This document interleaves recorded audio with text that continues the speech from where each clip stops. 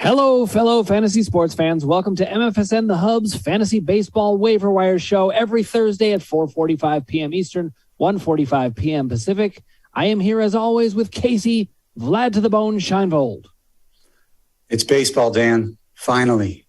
I got a little worried you were just going to nod your head and say, like, oh my gosh. It kind of like that. All right, so we're here without Ross the Boss. Ross the Boss is out sick. We think he's got COVID. Our thoughts are with him. Oh, dear. Feel better, cowboy. He has requested that anyone who wants to show their thinking of him should subscribe to MFSN on YouTube and our streaming network, Sapphire, on Instagram. That's just what he said. I'm just passing on the message. I'm all for it. This is our first week of Fantasy Baseball Waiver Wire 2022. And we know, me, you, and Ross, at least, I think many people out there who play the game know, it's really a big deal to pounce on the right waiver wire players early on in the year. It gets slim pickings as time goes. Now's the time. So we really want to dive in. We're going to be dealing with 60% and under on Yahoo as usual. And in addition to this show, we do release some shorts leading up to it. That sounds like we're releasing some kind of clothing, but that's not what's happening. We released some YouTube shorts on one player. I released one this week. Casey, you released one. Ross has been out sick, but he will be releasing one. So every week you'll have some lead up to this show to know who to pick up. Casey, we're going to start with just your top 4 pickups, just the ones that you would pick up above everyone else, regardless of position or their role. Well, I think our cover boy is my top pickup this week, and that's the pitcher for the Miami Marlins, Jesus Lizardo. He was a top prospect with Washington, went to Oakland in a trade, was a top prospect with Oakland, still had nasty stuff, but he had trouble with command. Always in their top 3 or 4 prospects. They were traded to the Marlins last year for Starling Marte. And the Marlins, apparently there's something in the pitching water in Florida, because you look at what Tampa can do with all their young pitchers and what Miami has been able to do with all their young pitchers. And he's found his command. He was always a 9+ strikeout per inning guy, but his walks were at like 4.5 per 9. He's cut the walks down. He's finding the strike zone more, and he's just done. I think he could be the type of pitcher you could pick up off the waiver wire who ends up being one of your 2 or 3 best pitchers on the season. So he's my number 1 pickup. I like a couple first basemen a lot. Brandon Belt did a lot last year. People don't give him a lot of credit because he's been around for a long time and never really had the power. And he's had trouble staying healthy, but he stayed pretty healthy last year, put up pretty good numbers, and he's hitting again well this year. He's only, what do I have him at? 58% owned. So he's just below our threshold. I like Andrew Vaughn in Chicago, a top-rated prospect in the White Sox system. We knew he could hit. Last year, he didn't. Well, it seems like he's figured it out this year, and he's tearing the cover off the ball. Qualifies at both first base and outfield, so you can get him to play multiple positions. And then Connor Joe. Any Colorado Rocky gets extra attention from me just because of the friendly air out there. But Connor Joe has always been a 300 batting average, 400 on-base percentage guy with a little bit of speed and a little bit of pop. And he's getting the opportunity to play right now. And as long as he's getting that opportunity, he's doing it. So far on the season, 316 average, 2 home runs, a stolen base, also 7 runs scored. So he's contributing across the board. So those are my top 4 this week. Okay, my only response to that is, Jesus. I like him very much. Put your comments in the chat about what movie that's from. And if you get it wrong, shame on you. Shame on you. You guys know what it is. Okay, so Jesus Lizardo probably would have been my top pickup as well. 12 strikeouts in 5 innings. He's always been pretty electric. If he gets his control under control, look out. And I think you're right. The Marlins, certain pitching staffs just seem to know what they're doing. And it's kind of foreign to say that about the Marlins. But these things change a lot. And a lot of times people don't follow who these new pitching coaches are or trends like that. And you've got to pay attention to the numbers. If you see whole teams doing a lot better, check into it and see, because it could really be for real. He would be my top pickup. Another guy I like, and I, of course, highlighted him in my own YouTube short on this, is Brandon Belt. He's an interesting kind of pickup. He's only got first base eligibility. It's not like people don't know who Brandon Belt is. But this is one of those ones to look under the hood about. His split stats are amazing. And what I look for especially is, can somebody crush right-handed pitching? So right-handed pitching is the more dominant handed pitching, so it's going to be in there more often. If he was crushing lefties only and not righties, I'd have absolutely no interest. He's got to be playing enough to do that. But if you're looking for a solution at first base and a cheap one at that, pick up Brandon Belt, play him against righties, and play literally any first baseman with him, and you're getting good numbers out of him. So I think that's a great pickup. Here's another one. Jeremy Pena, I don't understand why he's only, I believe, 46% owned. He's a young phenom. He's playing in a great lineup. And it's interesting. A lot of times the hype train will get on certain players and not others. I drafted C.J. Abrams in our keeper league. I am very excited about C.J. Abrams, even though he's not playing well yet. It's going to take him some time to find his feet. But Jeremy Pena is already there. And is there really that much of a difference from season to season? In a keeper league, I'd rather have C.J. Abrams. I think he's got more upside because of the speed. But in a redraft league, I'd rather have Jeremy Pena. He's the one who's playing better now. He's got the opportunity. He's in a great lineup. I see no reason not to pick him up. Now, I'm also going to go to a guy you mentioned in your YouTube short, Art Warren, but I'm gonna have a slash Art Warren / Tanner Rainey, and I actually have them both in our keeper league. Yeah, I like Tanner Rainey a lot too. And listen, this is one of the reasons that I find it's really not good to prioritize closers in the draft too much. They're incredibly unpredictable, as we know. But I got these guys off the waiver wire. And by the way, these weren't even my first choices off the waiver wire. I missed in free agent biddings probably 3 or 4 times. Still got guys that are currently looking like they're the closers. Tanner Rainey in particular looks like he's starting to pull away there. So interestingly, if I could choose between the two, I'd probably choose Tanner Rainey, even though if you look at his ERA and WHIP last year, you're going to be terrified. And rightly so. The closer ride is incredibly scary, but if you're looking for closers, I think that's the way to go. One last guy I want to mention in my top pickups is Jorge Mateo. Jorge Mateo is a very underrated player to pick up right now, and there's many reasons why he's available, but number one, I'm sure, is that he's on the Baltimore Orioles. Actually, I shouldn't say number one. Number one is probably that you've never heard of him. But secondly, he's on the Baltimore Orioles. The thing that we like about Jorge Mateo is his position eligibility and the fact that he steals bases. There just aren't that many guys out there who steal bases. He qualifies at second base, shortstop, and outfield. Or if you're playing in our MFSN league, he only qualifies at center field, not left field or right field, which, by the way, that just isn't a completely asinine. We've got to get rid of that. But Jorge Mateo, the guy is going to steal a lot of bases. Is he going to do a lot else? No. Probably not. So you really need to know your league. I would say in the MFSN league, where stolen bases are not really valued that much, don't pick up Jorge Mateo. But in a rotisserie league, where stolen bases are one of 10 categories and stolen bases are so scarce, I think you got to scoop them up. Casey, what do you think of my 4? I like him. I'm a fan of Jorge Mateo. Us Yankee fans remember him because he was in our farm system for a while and was seen as the next great thing. He was traded to Oakland from us. He is a speed guy. He is a one-dimensional player in a lot of ways. He's never hit for a high average, so he's not going to be an on-base guy. But when he gets on base, he runs. In head-to-head leagues, that doesn't help you very much. But in these rotisserie leagues that Dan was talking about, where it's one of the categories. I mean, it is just stolen bases. If you have 2 or 3 speed guys, you can win a category, even if they do nothing else for your team. So that's really important. Brandon Belt, obviously, I mentioned him too. We agreed on Jesus Lizardo. I'm a big fan of Art Warren and Tanner Rainey. I have them both on my list as must-adds. So closers, like you said, I think early in the season, the first 3 weeks of the season, it's most important on the waiver wire to me to pay attention to relief pitchers and find out what those roles are going to be, because you are going to swing and miss in the draft on people you think are closers, and you can get them pretty cheap if you're astute and savvy on the waiver wire early on. All right, let's dive into positions. You know, some people who are watching this show are looking for the deep dive at different positions, or they're looking for a very specific thing. So, Casey, we're going to start with catchers. Let's just each name a catcher or two to recommend to people if they're really looking for help at that position. I have 2. The first is Elias Diaz in Colorado. Again, I told you about my fondness for Colorado hitting, but he's out there. He's batting .350 at the start of the season. He has a home run already.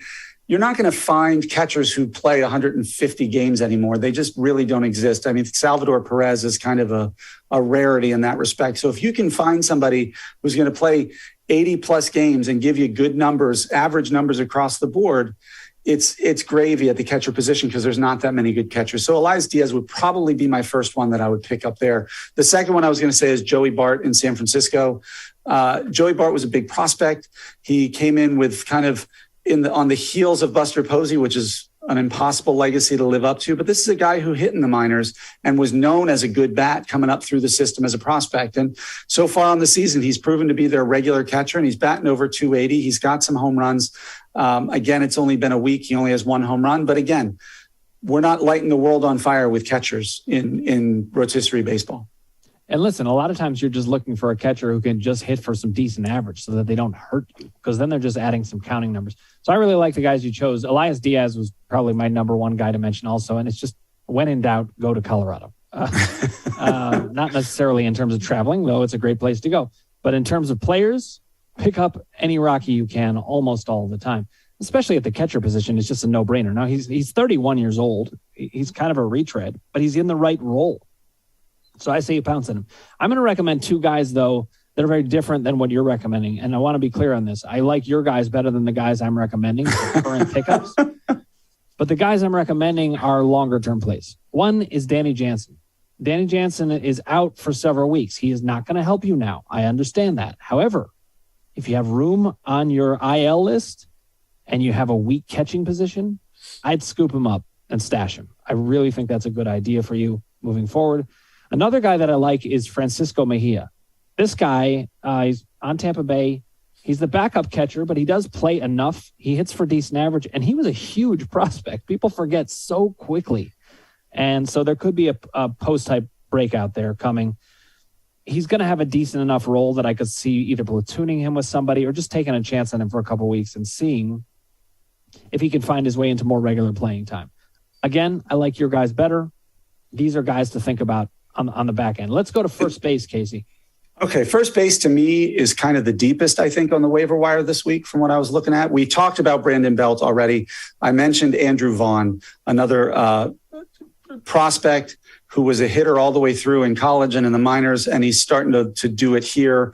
Sometimes it takes those big name prospects a little bit of time to get acclimated to the league. It seems like he is, assuming he can get regular playing time. The issue with him, of course, is the White Sox are just stacked. I mean, you're talking AJ Pollock getting hurt helps him, right? Having the DH helps him. But if he gets playing time, he's somebody worth owning. The other guy I'm going to mention is Owen Miller in Cleveland. I hadn't heard of this guy before this year. The Guardians, as we call them now, are playing lights out and they're ripping the cover off the ball.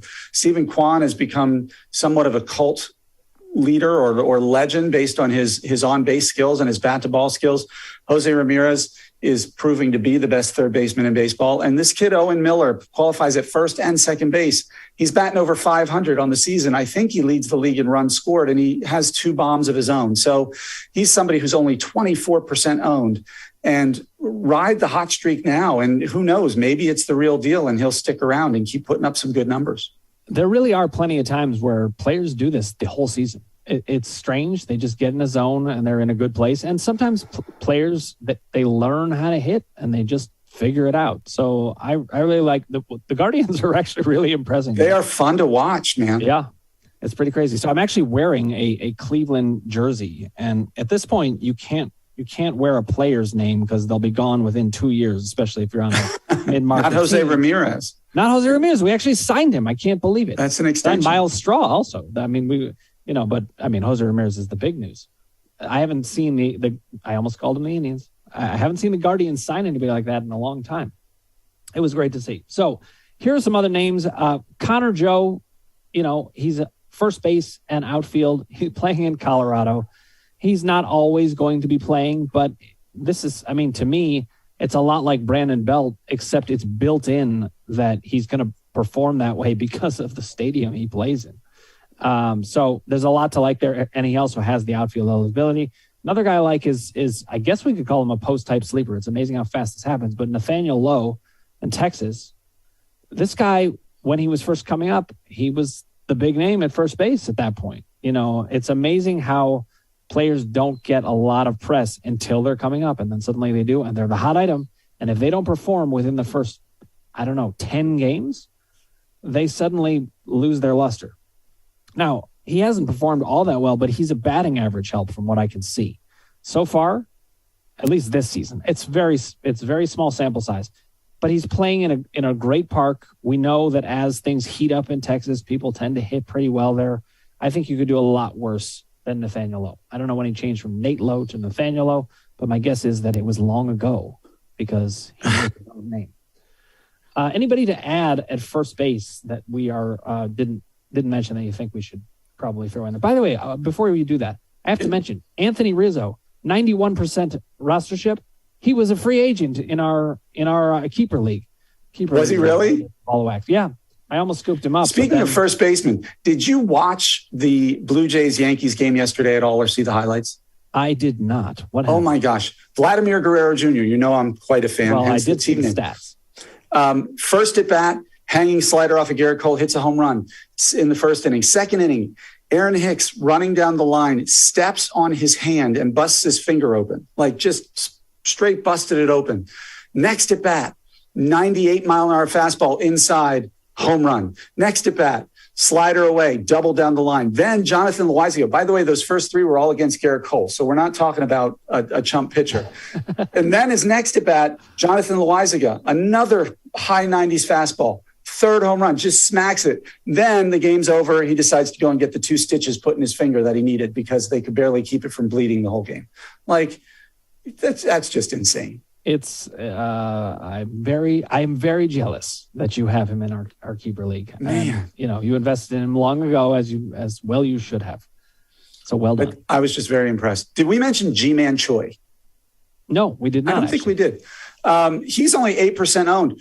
Early on in the season, he's 9 for 16 with 2 home runs and 6 RBIs. So he's batting .563. It's Tampa. Tampa has this ability to create production all across the board. And so, again, I'm not saying somebody I would run out and use a lot of my waiver budget on, but if you're desperate for first base, he's readily available and he's hitting the ball really well right now. All right, let's just talk middle infield. So we're going to talk second base and shortstop. That's good. Give me some names that you think are worth checking out, maybe just kicking the tires on that we haven't already mentioned. Well, you mentioned Jorge Mateo, obviously, as your top pickup. He qualifies at both second and short, which is awesome. I think another one is Thairo Estrada. He's playing for San Francisco. He seems to have taken that job and run with it. Again, he has a little bit of speed. He's not hitting for a great average, but he scores runs, gets on base, and he can hit for and he can run for you. And so those are the 2 big names in the middle infield. Jurickson Profar is another one I like.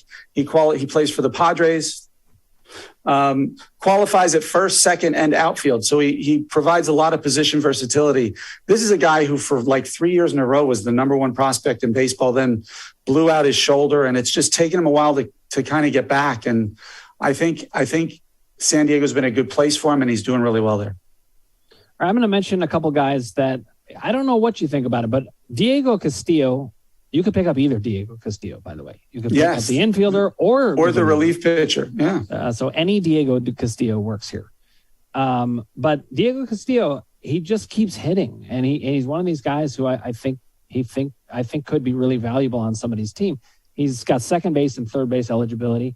He's the kind of player that I'd kick the tires on. You just want to see if you've got room on your roster and those are weak positions. I pick him up. And I see, is this a guy who's going to work out for me?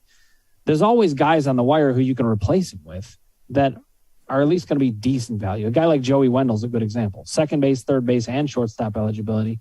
He's a super utility guy. He's not going to win you any leagues, but he's going to patch in where you need him at certain times. Another guy that I'm curious about, but he's just not getting at bats, is Jonathan Villar. I don't know what to make of him, but with the stolen base outage, I would say, throughout Major League Baseball, I could see potentially stashing him. But these are positions where you may be looking at those young, the rookies who are going to be coming up. A guy I want to mention, normally he'd be mentioned with third baseman, is Nolan Gorman. Nolan Gorman in the Cardinals organization, they're starting to play him at second base, and he's looking comfortable enough that he can do it. This guy has huge, huge power. So It's all going to depend on what kind of stats you think you need. It's Jorge Mateo if you're looking for stolen bases.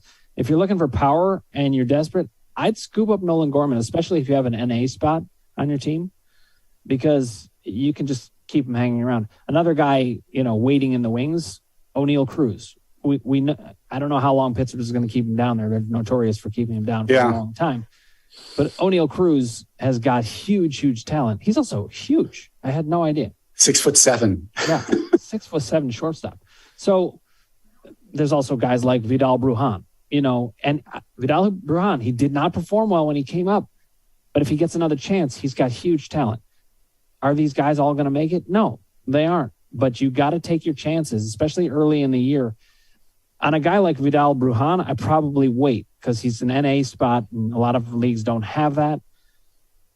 But I keep an eye on him for sure. All right, Case, let's move to third base. I have on that list. I struggled finding a good third baseman on the waiver wire. So I'm going to go along the theme with what you just did, which was talk about some prospects. And a prospect I think you should stash is Lin-Manuel Miranda's nephew or cousin. His name is Jose Miranda. He's a third baseman in the Twins organization. The kid can hit. Gio Urshela and whomever else they're playing over there on the left side of Minnesota's infield right now is not exactly tearing the cover off the ball.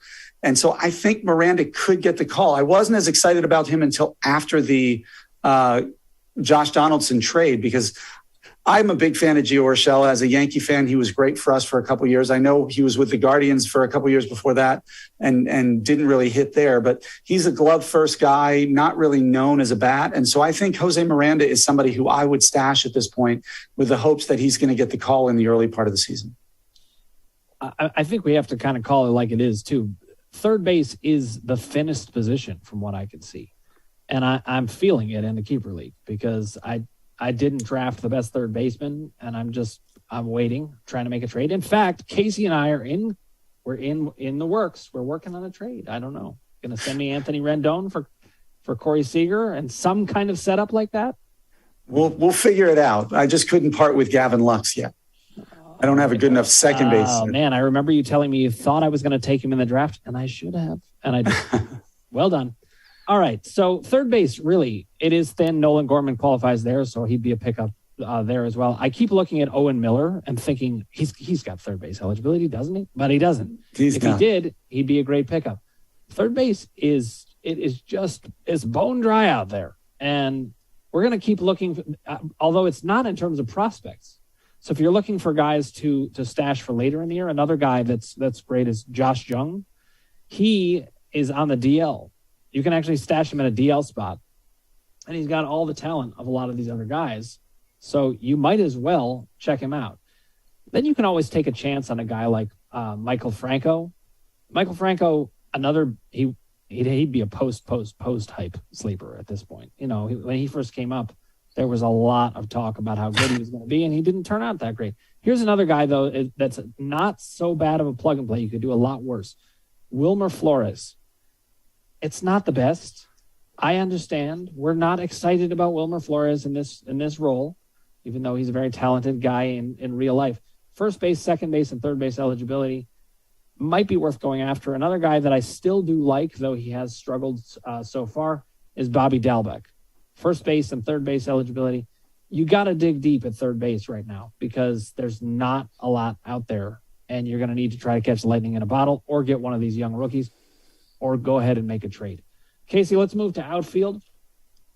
I got a couple. I'll name two. My first is he struggled so far early this year. I know you believe in him too, and that's Andrew McCutchen in Milwaukee. He hasn't been tearing the cover off the ball yet, but this guy can hit. He's in a great lineup. He's in a great ballpark. I think he's going to be somebody who you can get now and be appreciative of as we go. And then Brandon Marsh, the Los Angeles Angels of Anaheim, they have two pretty good outfielders in Mike Trout, you may have heard of him, and Joe Adell, who's the super prospect who's starting to deliver now.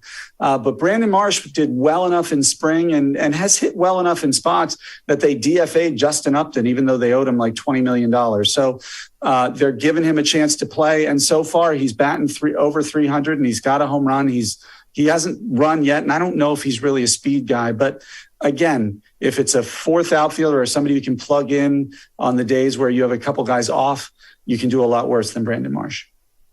A guy I'd like to mention is Tyler Naquin. I keep underestimating the guy, and he keeps hitting. And the thing is, Cincinnati lost some players, so he's going to have playing time. And he's a solid outfielder. He does a little bit of everything. He's not going to wow you. Another guy I'll mention is Brad Miller. Post. Height sleeper. It's a long time coming. But Brad Miller, he's got first base, second base eligibility, and outfield. You could do a lot worse than him also. I'd take a flyer on him. I'm not super into him, but if you've got to have somebody out there, he's a solid enough guy. Naquin, I think he's underrated. I'm kind of excited. Naquin, when he was with the Guardians, had one of the best inside the park home runs I've ever seen because he runs like his hair's on fire. And then after he slid across the base, he like stood up and just did this to the whole audience. And I was just like, he's going to be a cult icon in Cleveland, but they got rid of him. Yep. Another guy I would keep an eye on. A lot of people are down on the guy. He's had some down years, I understand, but he's a very good professional hitter. Is David Peralta. He's not hitting well this season. But that's sometimes what's available on the wire. If you're looking for outfield help, in fact, I kind of like the idea of scooping up David Peralta and Alek Thomas. Alek Thomas is a prospect with a lot of power speed combination in Arizona. You can play Peralta till he gets there. Then you bring in Thomas. You're going to need roster spots to be able to do that, but it's a way to go. Who would you add at outfield, Casey? Anybody we missed? I mean, obviously there's tons of people that we missed because we've named a lot. I'm a big fan of Connor Joe. You mentioned him under first base. I think of him as an outfielder. A lot of the guys we talked about have position eligibility. Andrew Vaughn qualifies there again.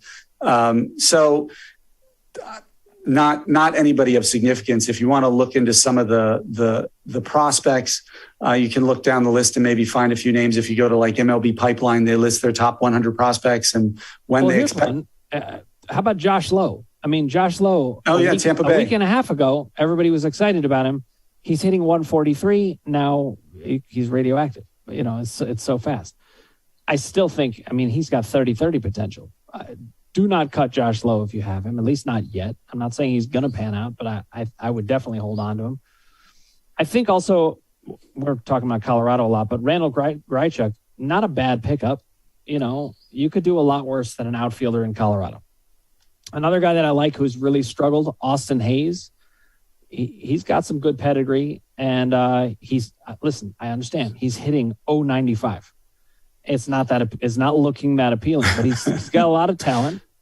If you've got a back end roster spot and you're just kind of fishing for an outfielder, this is what you do. You pick up the guy that you think is maybe going to turn it around at some point, has a lot of talent. If you catch lightning in a bottle, then you can start to use your back roster spots to get the other needs met.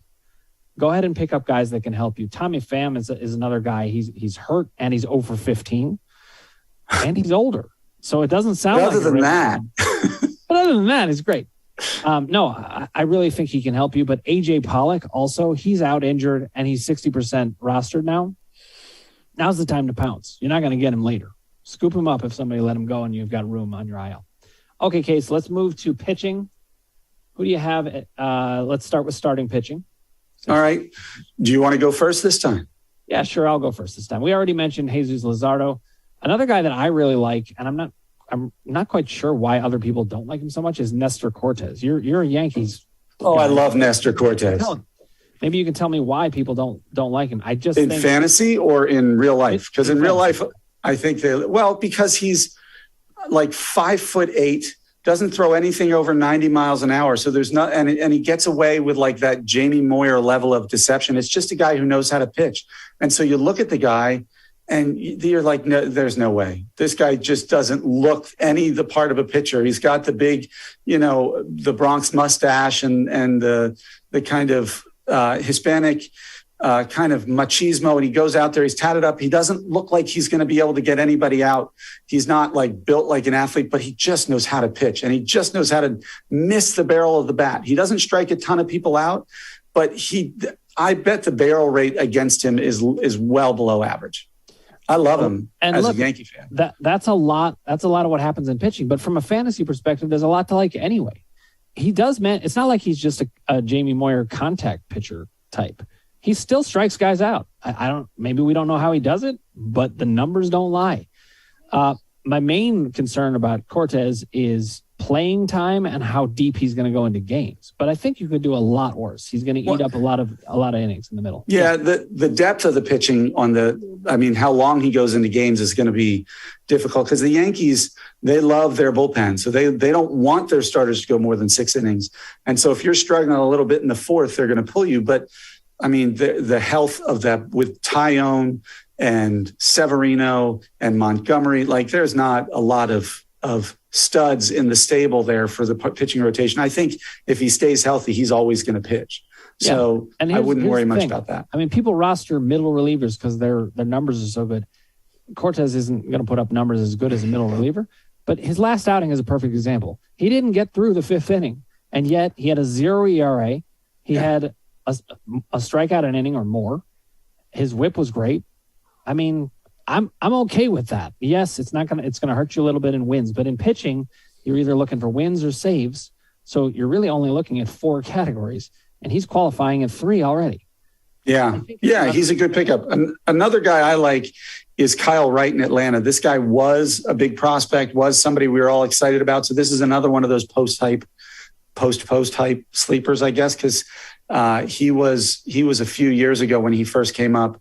I think he came up around the same time as Soroka and Max Fried, if I remember correctly. And he struggled a little bit. He was like their 6th starter. So he had a lot of options left. So they kept sending him down and calling him up and sending him down. Well, he's up now. He's a talented pitcher, and he pitched really well in that first game. Atlanta is a really good team that's going to put him in positions to get wins, even when he does struggle. So I think he's somebody who can contribute across the board for you. I'm going to give you a bunch of different pitchers, different types of pitchers. Corey Kluber, this guy he's kind of like Nestor Cortes, except he probably will go 5 innings. I think he probably is going to get a fair amount of wins. His problem is health. Is he going to stay healthy? And at some point, probably not. But I still think right now, while he's healthy, scoop him up and play him. Hunter Greene, meanwhile, huge talent. Is he under 60% owned? He is at 60% right now. Holy cow. Last call. I don't see that lasting much longer. The minute he puts together some kind of electric thing, his rostership is going to go up to 95% at least. Yeah. So you better hop on him right now. Another guy that I like, if you're looking for an injured pitcher to just stash away, is Dustin May. He was pitching great before. He's on a great team. So it all depends on the type of pitcher you're looking for, but there's value out here. And how about this prospect? Mackenzie Gore. You know I've always loved Mackenzie Gore. I have him. He's looking good again. You have him in one league. I have him in another. So we're both betting on him. I think there's often a lot of good starting pitching talent to come out. And one of the nice things about starting pitchers is the rookies who come in can often contribute right off the bat. Sorry for the yeah. I get it. They're more likely to contribute than the hitters right away. All right, let's move to closers. Oh, go ahead. You got a couple more? I have a couple players who are in kind of that Nestor Cortes region. Aaron Ashby in Milwaukee is a guy who struck out the world last year, came up, did great. He started the season in the pen. They announced he's starting, I think, tomorrow. So if you can pick him up, pick him up. He pitched 3 1/3 scoreless his last time out. He's going against St. Louis. This is a guy who can miss bats. He throws with good pace. Another one is Christian Javier. Christian Javier is in the Houston Astros bullpen. He's their swing man. He'll get a spot start here and there, but he's one of those guys who he's got great ratios on this season. 4 2/3, 8 strikeouts, a 0 ERA, a 0.4 whip. Even if he doesn't get starts, if he gets you 3 or 4 innings a week, 4 or 5 innings a week of those ratios, that helps you almost as much as any other pitcher does. Yeah, he is the middle reliever of Nestor Cortes type pitchers. Well, I think it's a great pickup and very underrated. It's the kind of thing that you can get really cheap. Okay, quickly, we're going to move to closers. It's amazing how many closers are still 60% and under. There's a ton of them. Oh, yeah. Who are your tops? Well, you talked about him at the top of the show with Art Warren and Tanner Rainey. The other one I'm going to mention is Daniel Bard. This guy is a miracle in Colorado. I think he took like 5 or 6 years off of baseball and then came back and decided to get the closer's job in Colorado. This year, he already has 2 saves and a win. His ERA is 3. His WHIP is under 1. He's over a strikeout an inning guy. He's got the job in Colorado. I don't think there's anybody going to take it from him. And if you watched our preview show, you guys would know that I gave Colorado a lot more credit and talent than the other 2 guys in the show. I won't name them, and said that they were going to finish 3rd in that division. And so far they are playing some pretty good baseball. Good call. Listen, if it happens, I'm happy for them. That's great. Now here's another guy. And this is something I really don't understand. Joe Barlow, 54% rostered. I understand he hasn't gotten any saves. People always say, oh, that team's going to win like 60 games. The difference between a team that wins 60 games and wins 100 games, how many? 7 saves. 7 saves. I mean, we're really going to quibble over that? Take a guy, if you can get him that cheap, great. Obviously, he hasn't saved any games so far. But right now, Joe Barlow is 54% rostered. Scott Barlow, I don't know why, is like 89% rostered. What is the difference between the two? And are they related? Well, they're different people. Well, they are different people. That's true. I don't know if they're related, but I don't see a difference in the situation. I actually think Kansas City has more guys in the pen that can take it away. I'd probably rather have Joe Barlow than Scott Barlow myself. But it's an interesting conundrum. One other guy to keep an eye on, Joan Duran in Minnesota. The Minnesota bullpen is a mess since they shipped Taylor Rogers out. And Taylor Rogers has done great in San Diego. But that bullpen is pretty wide open. Duffy looks like he's fading. It's unclear who's going to take it. And Duran is the hotshot kid who throws fireballs. So you could do a lot worse than checking a guy like him out. Anthony Bender is another good option. There's lots of good options out there. But there's also just so many relievers potentially worth owning. It's insane. All right, guys, that is our waiver wire show. We've given you tons of names to think about and pounce on them. This is the part of the season you got to get ahead of the game. Prioritize the right things. Look at your roster. Figure out which position is the thing that I need the most.